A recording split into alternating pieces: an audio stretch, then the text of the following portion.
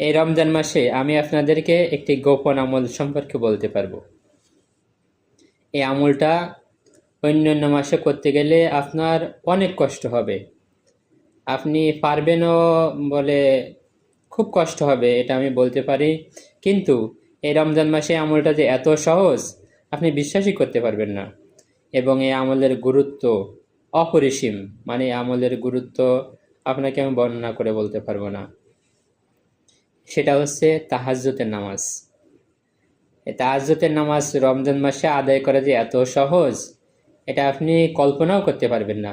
কারণ সেহরি খাওয়ার সময় আপনি যদি উঠে খাওয়া দাওয়া করে আপনি যদি 2 থেকে 4 রাকাত নামাজ আদায় করতে পারেন, কারণ আমরা খাওয়া দাওয়া শেষ করি আজানের অনেক আগেই, আর আজান দেয় হচ্ছে আপনার ফজরের আগে, অর্থাৎ হচ্ছে আজান দেওয়ার আগে আমাদের তাহাজ্জুদের সময়টুকু থাকে।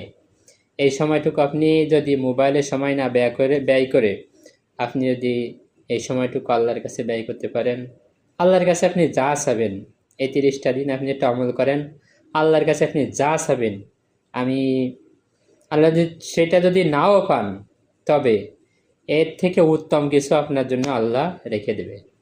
আমি এটুকু বলতে পারি, কারণ আমি আল্লাহর কাছে এ পর্যন্ত যা চাইছি আমি তার থেকে বেশি পাইছি, কম কখনো পাইনি।